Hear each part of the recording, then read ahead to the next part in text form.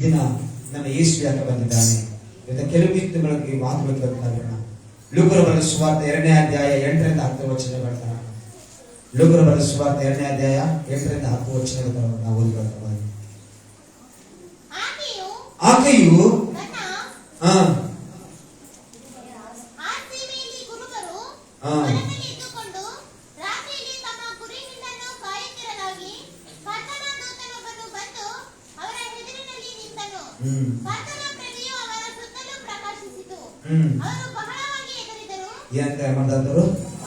ಬಹಳವಾಗಿ ಹೆದರಿದರು. ಆ ದೂತನು ಅವರಿಗೆ ಹೆದರಬೇಡಿರಿ, ಹೇಳಿರಿ, ಜನರಿಗೆಲ್ಲ ಮಹಾ ಸಂತೋಷವನ್ನು ಉಂಟು ಮಾಡುವ ಶುಭ ಸಮಾಚಾರವನ್ನು ತಿಳಿಸುತ್ತೇನೆ. ಏನೆಂದರೆ ಈ ಹೊತ್ತು ನಿಮಗೋಸ್ಕರ ದಾವೀದನ ಊರಲ್ಲಿ ಒಬ್ಬ ರಕ್ಷಕನು ಹುಟ್ಟಿದ್ದಾನೆ. ಆತನು ಕರ್ತನಾಗಿರುವ ಕ್ರಿಸ್ತನೇ. ಸಾಕು ಪ್ರಿಯರೇ, ಇಲ್ಲಿ ನೋಡುತ್ತೇವೆ ದೇವ ಒಂದು ವಾಕ್ಯದಲ್ಲಿ ನೋಡಿದಾದ್ರೆ ಕುರುಬರು ಮಧ್ಯರಾತ್ರಿಯಲ್ಲಿ ಕುರಿಗಳು ಕಾಯುತ್ತಿರುವಾಗ ಅವರು ಅಡವಿಯಲ್ಲಿ ಕೂತ್ಕೊಂಡಿದ್ರಂತ. ಕಳೆದ ಮಂಗಳವಾರ ದಿನ ರಾತ್ರಿ ನಾವು ಮೋಕ ಪ್ರಾಂತದಲ್ಲಿ ಮೋಕ ಕಾಲುವೆ ಹತ್ರ ನಾವು ಹೋದೆವು. ಅಲ್ಲಿ ನಮ್ಮ ಸಹೋದರರು ನಾಗೇಶ್ ಅದರ ಕುಟುಂಬ ಅಲ್ಲಿ ಜೀವನ ಮಾಡ್ತಾ ಇತ್ತು. ಅಲ್ಲಿ ಹೋದೆವು. ಅದು ಹೆಂಗಿದೆ ದಿನ ಆ ಕಾಡು ಪ್ರದೇಶದಲ್ಲಿ ಸುತ್ತಮುತ್ತಲು ಯಾವುದೇ ಮನೆಗಳಿಲ್ಲ, ಸುತ್ತಮುತ್ತಲು ಯಾವುದೇ ಬೆಳಕಿಲ್ಲ. ಅಂತ ಪ್ರಾಂತದಲ್ಲಿ ಇವರು ಅವ್ರ ಜೀವನ ಮಾಡ್ತಾರೆ. ಹೆಂಗಿದೆ ಗೊತ್ತಾ? ಕಾಲುವೆ ಪಕ್ಕದಲ್ಲಿ ಒಂದು 20 ಅಡಿ ರೋಡ್ ಪಕ್ಕದಲ್ಲಿ ಒಂದು ಹಳ್ಳ, ಒಂದು ಇದಿದೆ, ಅದ್ರ ಪಕ್ಕದಲ್ಲಿ ಹಳ್ಳ ಇದೆ, ಅದರ ಪಕ್ಕದಲ್ಲಿ ತೋಟ ಇದೆ. ಆ ತೋಟದಲ್ಲಿ ಅವರು ಜೀವನ ಮಾಡ್ತಾರೆ. ಆ ಒಂದು ಅಡವಿಯಲ್ಲಿ ಅವರು ಜೀವನ ಮಾಡ್ತಾರೆ. ಅಲ್ಲಿ ನೋಡುತ್ತೇವೆ, ಅಲ್ಲಿ ಅವರಿಗೆ ಲೈಟ್ ಇಲ್ಲ, ಏನಿಲ್ಲ. ಏನ್ ಮಾಡ್ತಾರೆ ಗೊತ್ತಾ? ನಾವು ಹೋದಾಗ ಅಲ್ಲಿ ಇರುವಂತ ಹುಲ್ಲು ತೆಗೆದುಕೊಂಡು ಆ ಹುಲ್ಲನ್ನು ಬೆಂಕಿ ಹಚ್ಚಿ ಅಲ್ಲಿ ಅವರು ಏನ್ ಮಾಡ್ತಾರೆ ಕೂತ್ಕೊಂಡಿದ್ದಾರೆ. ನಾನು ಹೇಳ್ತಿದ್ದೆ, ಯಾರು ಕೇಳುವಾಗ ಅವ್ರು ಹೇಳ್ತಿದ್ರು, ಯಾಕೆ ಅಂತ ಕೇಳಿದಾಗ ನಾನು ಚಳಿಗೆ ಅನ್ಕೊಂಡೆ. ಅಲ್ಲ ಸರ್, ಇದು ಅವ್ರಿಗೆ ಲೈಟ್, ರಾತ್ರಿ ಎಲ್ಲ ಲೈಟ್ ಇರುತ್ತೆ. ಇದು ಅವ್ರಿಗೆ ರಾತ್ರಿ ಎಲ್ಲ ಬೆಳಕಿಗೆ ಯಾವುದೇ ಒಂದು ವಿಷ ಪದಾರ್ಥಗಳು ಬರಂಗಿಲ್ಲ, ಬೆಳಕಿಗೆ ಯಾವುದೇ ಒಂದು ಇದು ಬರಂಗಿಲ್ಲ. ಅದಕ್ಕೆ ಬೆಳಕು ಹಾಕುವಂತ ಆ ಕತ್ತಲೆಯಲ್ಲಿ ಮನುಷ್ಯನ ಹೇಳುತ್ತೆ ಗೊತ್ತಾ? ಬೆಳಕು ನಡುತ್ತಾನೆ ಮನುಷ್ಯನ. ಇವತ್ತು ಲೋಕದಲ್ಲಿ ಬೆಳಕು ನಡುತ್ತಾನೆ. ಕುರುಬರು ಮಧ್ಯರಾತ್ರಿಯಲ್ಲಿ ಕೂತ್ಕೊಂಡು ಅವರು ಅಡವಿಯಲ್ಲಿ ಕುರುಬರು ಕಾಯ್ತಿರುವಾಗ ಕರ್ತನ ದೂತನ ಬೆಳಕು ಅವ್ರ ಮೇಲೆ ಬಂದು ಪ್ರಕಾಶಿಸಿದಾಗ ನೋಡ್ತೇವೆ ಭಯಪಟ್ಟಾಗ ದೇವದೂತನು ಹೇಳ್ತಾನೆ, ಹೆದರಬೇಡಿರಿ, ಕೇಳಿರಿ, ನಿಮಗೋಸ್ಕರ ಒಂದು ಶುಭ ಸಮಾಚಾರ ತಂದಿದ್ದೇನೆ. ಇವತ್ತು ಮನುಷ್ಯನು ಈ ಲೋಕ ಯಾತ್ರೆಯಲ್ಲಿ ಜೀವಿಸಿರುವಾಗ ಹೆದರಿಕೆಯಿಂದಲೇ ಭಯದಿಂದಲೇ ಜೀವನ ಮಾಡ್ತಾನೆ. ಮನುಷ್ಯನು ಭಯಪಡ್ತಾ ಹೆದರಿಕೆಯಿಂದಲೇ ಜೀವನ ಮಾಡ್ತಾನೆ. ಯೇಸು ಸ್ವಾಮಿ ಯಾಕೆ ಬಂದಿದ್ದು ಗೊತ್ತಾ? ಮೊದಲು ಜೀವನದಲ್ಲಿರುವಂತಹ ಭಯ ತೆಗೆದಾಕದ ಯೇಸು ಸ್ವಾಮಿ ಯಾಕೆ ಬಂದಿದ್ದಾನೆ? ಇವತ್ತು ಯಾರಾದ್ರೂ ಹೇಳಿಕೆ ಸಾಧ್ಯನೇ ಈ ಲೋಕದಲ್ಲಿ? ನಿನ್ನ ತಂದೆ ತಾಯಿ ಆಗಿರ್ಬೋದು, ನೀನು ಸೇವಿಸುವ ದೇವರುಗಳಾಗಿರ್ಬೋದು, ನೀನು ಆರಾಧಿಸುವ ಅನೇಕ ಜನರಾಗಿರ್ಬೋದು, ಯಾರಾದ್ರೂ ಹೇಳಿಕೆ ಸಾಧ್ಯನಾ? ನನ್ನ ಭಯ ತೆಗೆದಾಕ್ತೇನೆ ಎಂಬುದಾಗಿ ಯಾರ ಕೈಯಿಂದಲೂ ಕೂಡ ಭಯ ತೆಗೆದಾಕಕ್ಕೆ ಆಗಲ್ಲ. ನೋಡ್ತೇವೆ, ಅನೇಕರು ಕೂತರೆ ಭಯ, ನಿಂತರೆ ಭಯ, ಮಲಗಿದ್ರೆ ಭಯ, ಜೀವನದಲ್ಲಿ ಜಿಗುಪ್ಸೆ, ಹೆದರಿಕೆ. ಆದ್ರೆ ವಾಕ್ಯ ಹೇಳಂತ ಹೆದರಬೇಡಿರಿ, ಹೆದರಬೇಡ. ಜೀವನದಲ್ಲಿ ಹೆದರಬೇಡ್ರಿ, ನಿಮಗೋಸ್ಕರ ಶುಭ ಸಮಾಚಾರ ತಂದಿದ್ದೇನೆ. ಒಂದು ಒಳ್ಳೆ ಸುದ್ದಿ ತಂದಿದ್ದೇನೆ ನಿಮಗೋಸ್ಕರ. ಒಂದು ಗುಡ್ ನ್ಯೂಸ್ ತಂದಿದ್ದೇನೆ, ಶುಭ ಸಂದೇಶ ತಂದಿದ್ದೇನೆ. ಏನು ಶುಭ ಸಂದೇಶ ಗೊತ್ತಾ? ನಿಮಗೋಸ್ಕರ ಒಬ್ಬ ಲೋಕ ರಕ್ಷಕನು ಹುಟ್ಟಿದ್ದಾನೆ. ಹಲ್ಲೆಲೂಯ. ಆ ಲೋಕ ರಕ್ಷಕನು ಏನು ಮಾಡ್ತಾನೆ? ಮತ್ತಾಯನ ಸುವಾರ್ತೆ 1ನೇ ಅಧ್ಯಾಯ, ಮತ್ತಾಯನ ಸುವಾರ್ತೆ 1ನೇ ಅಧ್ಯಾಯ 1:21 ಮಾತ್ರ ಓದಿರಿ. ಆಕೆಯು ಒಬ್ಬ ಮಗನ ಹಡೆಯುವಳು, ನೀನು ಆತನಿಗೆ ಯೇಸು ಎಂದು ಹೆಸರಿಡಬೇಕು. ಯಾಕಂದರೆ ಆತನೇ ತನ್ನ ಜನರನ್ನು ಅವನ ಪಾಪಗಳಿಂದ ಬಿಡಿಸಿ ಕಾಯುವನು ಅಂದನು.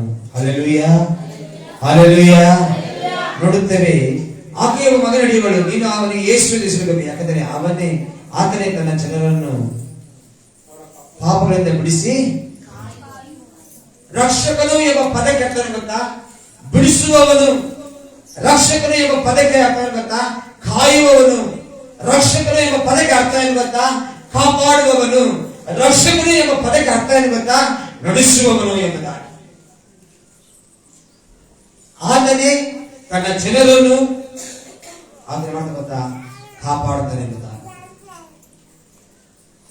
ಅವರನ್ನು ನೋಡ್ತೇವೆ, ಅವರ ಪಾಪಗಳಿಂದ ಬಿಡಿಸಿ, ಅವರ ಪಾಪಗಳಿಂದ ರಕ್ಷಿಸಿ ಕಾಪಾಡಿಕೆ ಬಂದಿದ್ದಾನೆ. ಯೇಸು ಸ್ವಾಮಿ ಯಾಕೆ ಬಂದಿದ್ದಾನೆ?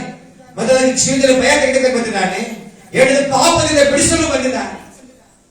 ಪಾಪ ಮನುಷ್ಯನನ್ನು ದೂರ ಮಾಡಿದೆ ದೇವರಿಂದ. ಪಾಪ ಇದು ಮನುಷ್ಯನೇ ದೇವರಾಜ್ಯಕ್ಕೆ ಹೋಗದಂತೆ ಮಾಡಿದೆ. ಯೇಸು ಬಂದಿದ್ದೆ ಗೊತ್ತಾ? ಮೊದಲು ಜೀವನದಲ್ಲಿ ಭಯ. ಎರಡನೇದು ಆತನ್ನು ನೋಡುತ್ತೇವೆ, ರಕ್ಷಿಸಲಿಕ್ಕೆ ಬಂದಿದ್ದಾನೆ. ರಕ್ಷಿಸಲಿಕ್ಕೆ ಮನುಷ್ಯನ ಇವತ್ತು ನೋಡ್ತೇವೆ, ಕುಣಿಯಲ್ಲಿ ಆಳವಾದ ಹಳ್ಳದಲ್ಲಿ ಬಿದ್ದಿದ್ದಾನೆ. ಆಳವಾದ ಕುಣಿಯಲ್ಲಿ ಬಿದ್ದಿದ್ದಾನೆ. ಕತ್ತಲೆಯ ಹೊಡೆಯಲ್ಲಿ ಬಿದ್ದಿದ್ದಾನೆ. ಆ ಕತ್ತಲೆಯಿಂದ ಮನುಷ್ಯ ದಿಕ್ಕು ತೋಚದೆ ತಿರುಗಾಡ್ತಾ ಇದ್ದಾನೆ. ಆದರೆ ವಾಕ್ಯ ಹೇಳ್ತಾ ಆತನು ರಕ್ಷಿಸಿ ಕಾಯಲಿಕ್ಕಾಗಿ ಅದನ್ನು ಬಂದಿದ್ದಾನೆ. ಬೇರೆ ರಕ್ಷಿಸಿ ಕಾಯಲಿಕ್ಕಾಗಿ, ಮೊದಲು ರಕ್ಷಣೆ ಕೊಡಲಿಕ್ಕಾಗಿ, ನಿನ್ನ ಪಾಪ ಶಾಪಗಳ ಸಲುವಾಗಿ ನಿನ್ನ ಬಿಡುಗಡೆ ಮಾಡಲಿಕ್ಕಾಗಿ ಅದನ್ನು ಬಂದಿದ್ದಾನೆ. ಎರಡನೇದಾಗಿ ಕಾಯ್ತಾನೆ. ಯಾವುದಕ್ಕೆ ಕಾತಾನ? ಒಬ್ಬ ಕುರುಬನು ಒಂದು ಕುರಿಯಲ್ಲಿ ಯಾವುದಕ್ಕೆ ಕಾಪಾಡ್ತಾನೋ, ಒಬ್ಬ ಕುರುಬನು ಒಂದು ಕುರಿಗೆ ಯಾವುದಕ್ಕೆ ಸಹಾಯ ಮಾಡ್ತಾನೋ, ಒಬ್ಬ ಕುರುಬನು ಒಂದು ಕುರಿಯಲ್ಲಿ ಯಾವುದಕ್ಕೆ ನಡೆಸ್ತಾನೋ, ಅದೇ ವಿಧವಾಗಿ ಅದನ್ನು ಕಾಯುವ ದೇವರಾಗಿದ್ದಾನೆ. ದೇವವಾಕ್ಯ ಹೇಳ್ತಾ ಯೋಹಾನನ ಸುವಾರ್ತೆ 10ನೇ ಅಧ್ಯಾಯ 10ನೇ ವಚನ ಹೇಳುತ್ತೀವಿ. 10-11 ವಚನಗಳು. ಯೋಹಾನನ ಸುವಾರ್ತೆ 10ನೇ ಅಧ್ಯಾಯ 10-11 ವಚನ ಕಂಠಪಾಠ ವಾಕ್ಯ ಓದಬೇಕು. ಯೋಹಾನನ ಸುವಾರ್ತೆ,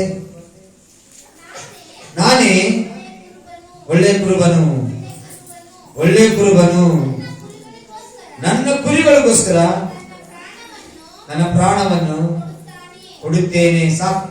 ನೋಡುತ್ತೇವೆ, ದೇವರು ಯಾಕೆ ಬಂದಿದ್ದಾನೆ? ಆತನು ಕಾಯಲಿಕ್ಕೆ ಬಂದಿದ್ದಾನೆ. ನಿನ್ನನ್ನು ಕಾಯಲಿಕ್ಕೆ.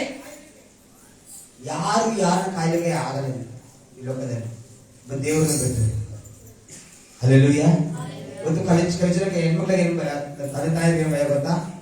ಹೆಣ್ಮಕ್ಳು ಇರುವಂತ ತಾಯರಿಗೆ ಮಕ್ಕಳು ಸ್ವಲ್ಪ ಸೌಂದರ್ಯವಾಗಿದ್ರು, ಚೆನ್ನಾಗಿದ್ರು ಅಂದ್ರೆ ಏನ ಹೆಣ್ಮಕ್ಳು ತಂದೆ ತಾಯಿಗೆ ಭಯ ಗೊತ್ತಾ? ಯಾರೇ ತಗೊಂಡು ಹೋಗ್ಬಿಡ್ತಾರೋ ಏನೋ ಗೊತ್ತಿಲ್ಲ. ಯಾರು ಏನ್ ಮಾಡ್ಬಿಡ್ತಾರೋ ನನ್ನ ಮಕ್ಕಳನ್ನ, ನನ್ನ ಮಗಳನ್ನ ಅಂದಾಗ ಭಯ. ಆದ್ರೆ ಎಷ್ಟು ದಿನ ಕಾಯ್ತಾರೆ ತಂದೆ ತಾಯಿಗಳು? ಎಷ್ಟು ಜನ ಕಾದ್ರೂ ಕೂಡ ಅನೇಕ ಜನ ಇವತ್ತು ದಾರಿ ತಪ್ಪಿಸ್ಕೊಂಡು ಹೋಗಿದ್ದಾರೆ. ಅನೇಕ ಜನ ಮಕ್ಕಳು ಕಾಲು ಬಿಟ್ಟು ದಾರಿ ತಪ್ಪಿಸ್ಕೊಂಡು. ಆದ್ರೆ ಈ ಕಾಯುವಿಕೆಯನ್ನ ಯೇಸು ಹೇಳ್ತಿರೋದು, ಆತನು ಪಾಪಗಳಿಂದ ಬಿಡಿಸಿ ಮತ್ತೆ ಪಾಪದ ಕುಡಿಯಲ್ಲಿ ಬೀಳದಂತೆ ಕಾಪಾಡಲಿಕ್ಕೆ ಆತನು ಬಂದಿದ್ದಾನೆ. ಮತ್ತೆ ಆ ಕುಡಿಯಲ್ಲಿ ಬೀಳದಂತೆ, ಮತ್ತೆ ಆ ಅಂಧಕಾರದಲ್ಲಿ ಹೋಗದಂತೆ, ಮತ್ತೆ ಆ ಒಂದು ಹೊಲಸಾದ ಜೀವಿತ ಹೋದಂತೆ ಅದನ್ನು ಕಾಪಾಡಲಿಕ್ಕಾಗಿ ಅದನ್ನು ಬಂದವನ ಆತನಾಗಿದ್ದಾನೆ. ಮೂರನ್ನು ನೋಡುತ್ತೇವೆ. ನಾನು ಬೇಗ ಮುಂದಕ್ಕೆ ಹೋಗ್ತೇನೆ. ಮೊದಲದು ಭಯದಿಂದ ದೇವರಿಗೆ ಬಿಡಿಸ್ಲಿಕ್ಕಾಗಿ ಬಂದಿದ್ದಾನೆ. ಎರಡನೇದು ದೇವರ ಬಂದಿದ್ದು ಗೊತ್ತಾ? ಹೊಡೆದು ರಕ್ಷಿಸಲಿಕ್ಕೆ ಬಂದಿದ್ದಾನೆ. ಮೂರನೇದು ಕಾಯಲಿಕ್ಕಾಗಿ ಬಂದಿದ್ದಾನೆ. ನಮ್ಮನ್ನು ಕಾಯಲಿಕ್ಕಾಗಿ ಬಂದಿದ್ದೇನೆ. ಕೊನೆಯವರೆಗೆ ಕಾಯ್ತಾ ಇದ್ರೆ, ಕೊನೆಯವರೆಗೆ ಎಲ್ಲ ವಿಷಯದಿಂದ ಗಾಯವನ್ನು ಕಟ್ಟಿ ಇನ್ನು ಗುಣಪಡಿಸಿ ದೇವರು ಕಾಪಾಡಲಿಕ್ಕೆ ಶಕ್ತನ. ಹಲ್ಲೆಲೂಯಾ. ನನ್ನ ವಚನ ಹೋದರೆ ಈ ಸಂಬಂಧದಲ್ಲಿ ದೇವರು ಯಾಕೆ ಬಂದಿದ್ದಾನೆ ಎಂಬುದಾಗಿ 23ನೇ ವಚನ, 1 ಮತ್ತಾಯ 23ನೇ ವಚನ. ಇಗೋ ಒಬ್ಬ ಕನ್ನಿಕೆಯು ಗರ್ಭಿಣಿಯ ಮಗನನ್ನು ಹೇಳುವಳು, ಆತನಿಗೆ ಇಮ್ಮಾನುವೇಲ್ ಹೆಸರಿಡುವುದು ಎಂಬುದು ದೇವರು ನಮ್ಮ ಕೂಡ ಇದ್ದಾನೆಂದು ಈ ಹೆಸರಿನ ಅರ್ಥ ಸಾಕು. ನೋಡುತ್ತೇವೆ, ಯೇಸು ಸ್ವಾಮಿ ಹುಟ್ಟುವುದಕ್ಕೆ ಮುಂಚೆ ಯೇಸುವಿನ ತಂದೆ ಹತ್ರ ದೇವದೂತನ ಮಾತಾಡ್ತಾ ಇದ್ದಾನ. ಈಗ ನಿನ್ನ ಹೆಂಡತಿ ಗರ್ಭವನ್ನು ಧರಿಸಿದ್ದಾಳೆ, ಆಕೆ ಪರಿಶುದ್ಧಾತ್ಮನ ಗರ್ಭ ಧರಿಸಿದ್ದಾಳೆ. ಕೆಟ್ಟ ಜೀವನ ಮಾಡಿಲ್ಲ, ಆಕೆ ಒಳ್ಳೆ ಜೀವನ ಜೀವಿಸಿದ್ದಾಳೆ. ಅದಕ್ಕಾಗಿ ನೋಡ್ರಿ, ಈಗ ಒಬ್ಬ ಕನ್ಯಕೆಯು ಗರ್ಭಿಣಿಯಾಗಿ ಮಗ ನಡೆಯುವಳು. ಕನ್ಯಕೆ ಗರ್ಭವನ್ನು ಧರಿಸುವುದು ಯಾರ ಕೈಯಿಂದ ಸಾಧ್ಯವಿಲ್ಲದ ಮಾತು. ಪುರುಷನನ್ನು ಅರಿಯದೆ ಒಂದು ಕನ್ಯಕೆ ಗರ್ಭವನ್ನು ಧರಿಸುವುದು ಆಗಲ್ಲ. ಕನ್ಯಕೆ ಗರ್ಭವನ್ನು ಧರಿಸಬೇಕಂದ್ರೆ ಪುರುಷನ ಸಹವಾಸ ಮಾಡಬೇಕು. ಪುರುಷನ ಸಹವಾಸ ಮಾಡಿದ್ರೆ ಕನ್ಯಕೆ ಗರ್ಭಕ್ಕೆ ಸಾಧ್ಯ. ಆದ್ರೆ ಯೋಸೇಫನ ಸಹ ದೇವದೂತ ಹೇಳ್ತಾನೆ, ಯೋಸೇಫನೇ ನಿನ್ನ ಹೆಂಡತಿಯಾದ ಮರಿಯನ್ನು ಸೇರಿಸಬೇಕಂತ ಭಯಪಡಬೇಡ, ಆಕೆಯನ್ನು ಸೇರಿಸಿಕೋ. ನಿನ್ನ ಹೆಂಡತಿಯಾದ ಮರಿಯಳು ಗರ್ಭ ಧರಿಸಿದ್ದಾಳೆ, ಆಕೆಗೆ ಒಬ್ಬ ಮಗ ಹುಡ್ತಾನೆ, ಅವನಿಗೆ ಇಮ್ಮಾನುವೇಲ್ ಹೆಸರಿರಬೇಕು. ಇಮ್ಮಾನುವೇಲನು, ಇಮ್ಮಾನುವೇಲ್ ಅಂದ್ರೆ ಇರುವ ದೇವರು. Hallelujah, hallelujah. ಜೊತೆಯಲ್ಲಿ ಇರುವ ದೇವರು. ನೋಡಿ, ಆ ಹೆಸರಿನ ಅರ್ಥ ದೇವರು ನಮ್ಮ ಕೂಡ ಇರುವ ದೇವರು. God with us. ದೇವರು ನಿಮ್ಮ ಜೊತೆಗೆ ಇರ್ತಾನೆ. ದೇವರು ಯಾಕೆ ಬಂದಿದ್ದಾನೆ?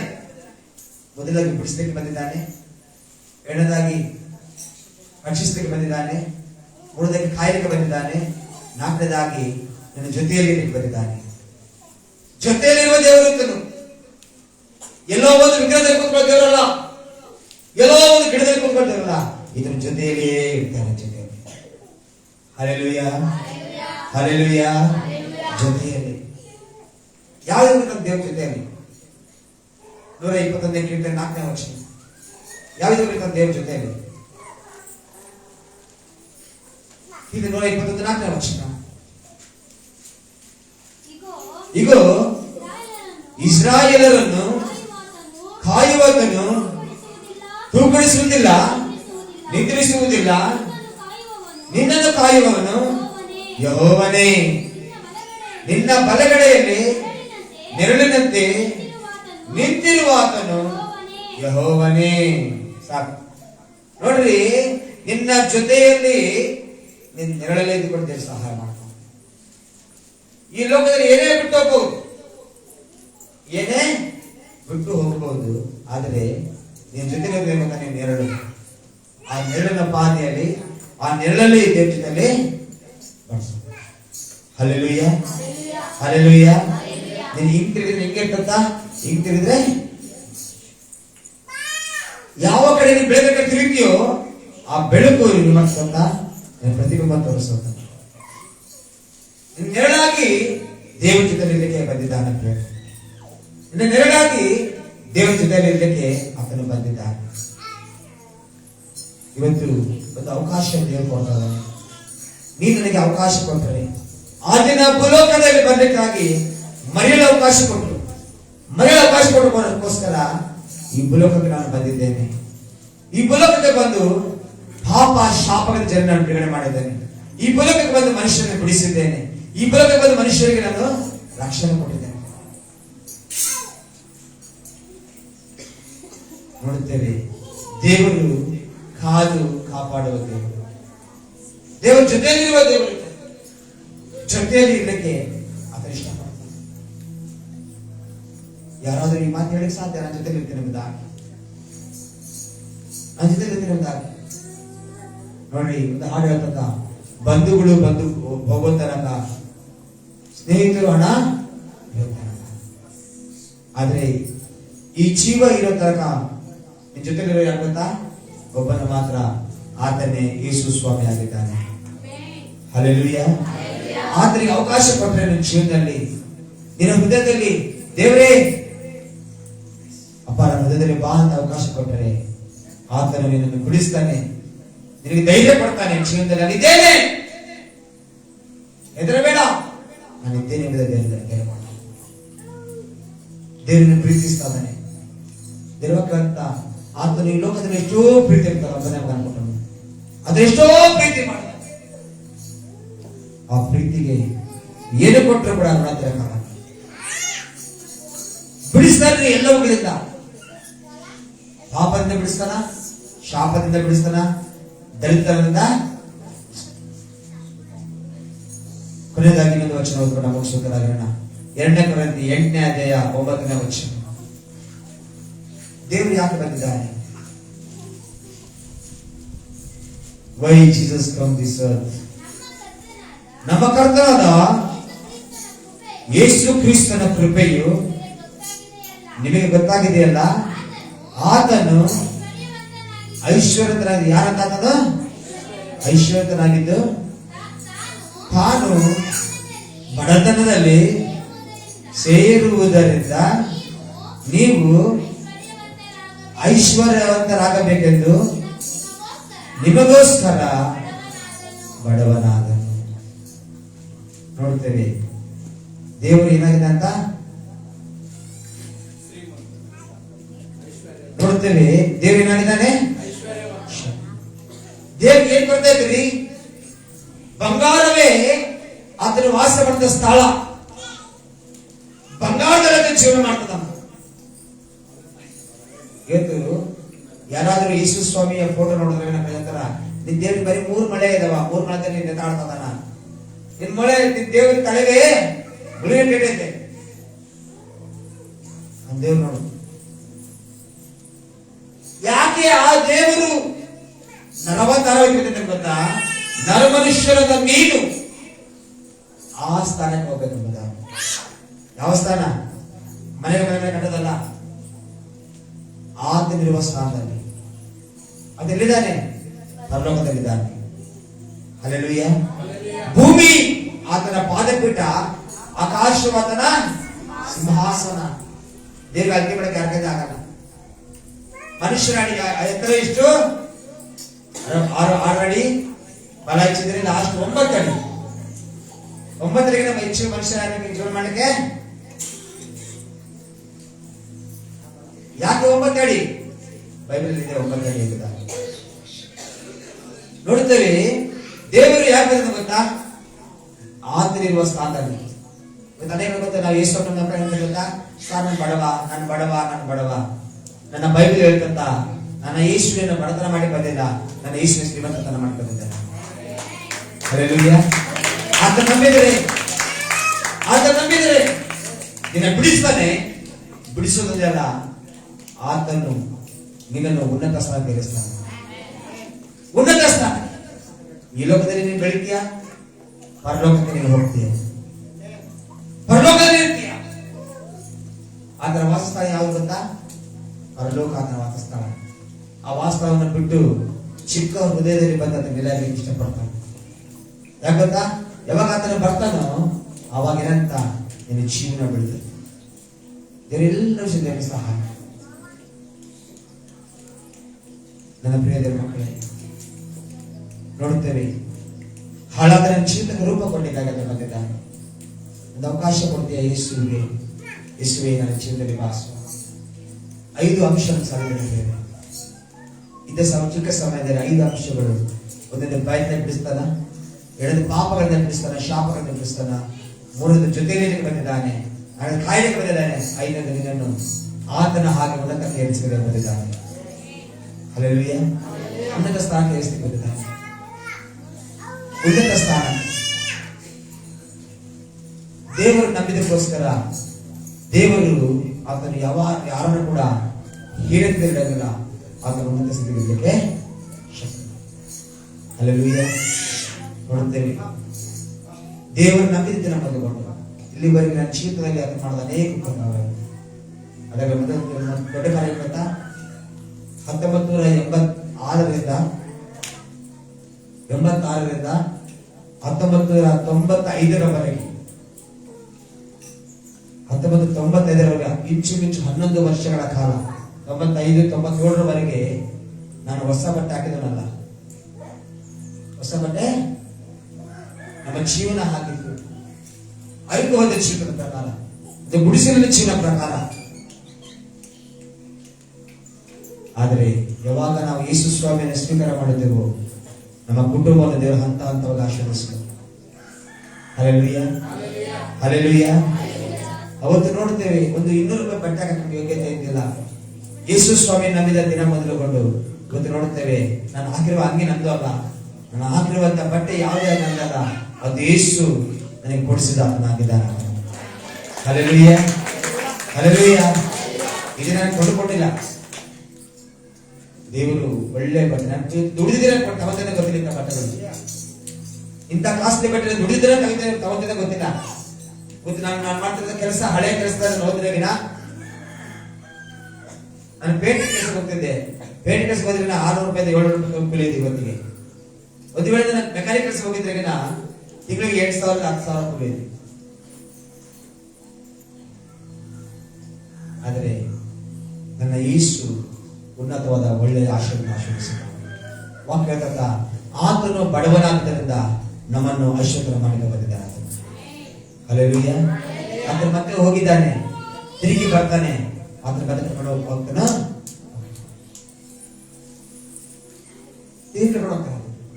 ಕರ್ಕೊಂಡು ಹೋಗ್ಲಿಕ್ಕೆ ಬರ್ಲಿಕ್ಕಿದ್ದಾನೆ ಪ್ರಿಯರೇ.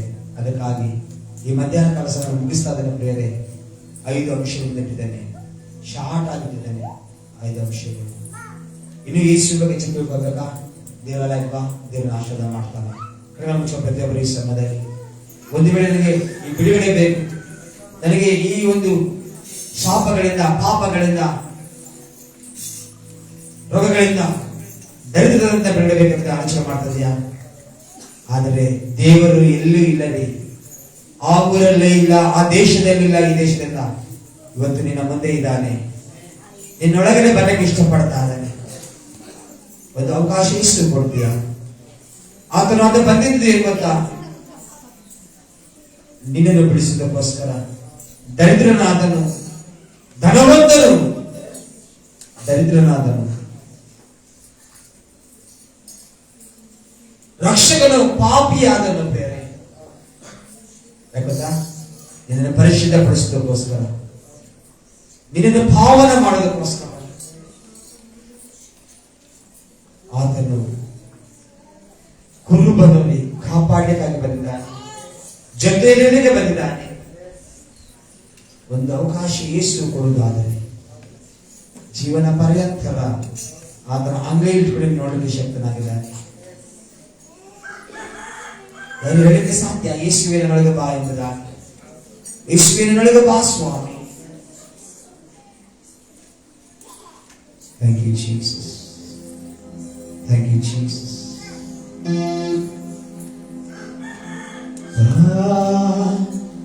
ಯೇಸುವಿನಲ್ಲಿ ಬಾ, ನಿನ್ನ ಹೃದಯ ಯೇಸು